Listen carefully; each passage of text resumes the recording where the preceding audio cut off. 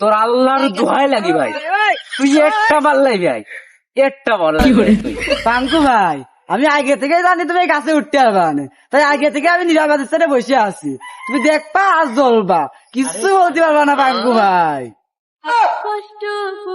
তোর মারির পরিমাণ 1000% বেড়ে গেল, তোর মারির পরিমাণ 1000। সব ঠিক আছে, তুই আমারে ইনসার্ট করে কাজটা ঠিক করিসনি, এই পাঙ্কুরে ইনসার্ট করে কাজটা ঠিক করিসনি। এই পাঙ্কু সবকিছু সহ্য করতে পারে, এই পাঙ্কুর আত্মসম্মানে আঘাত দিলে এই পাঙ্কু সহ্য করতে পারে না। তোরে আমি করব।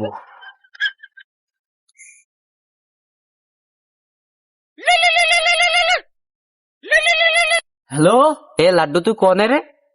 হ্যাঁ কিডা? আমি পাঙ্কু। হ্যাঁ ওই কি হয়েছে, আমি এক জায়গায় আছি। কি আসি কোনে?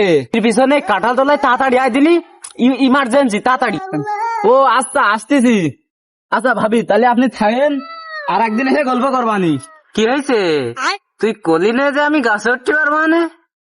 ফোন দিয়ে দেখে নিলাম যে গাছে উঠতে পারে। ভাই রে, ও ভাই, ভাই মাফ করে দে না ভাই।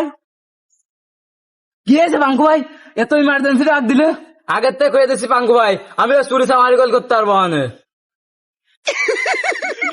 মানে বুঝলাম না, তুই কোন কারণে চুরির কথা উঠালি? তুই জানিস না আমি চুরি চামারি বাদ দিয়ে দিছি?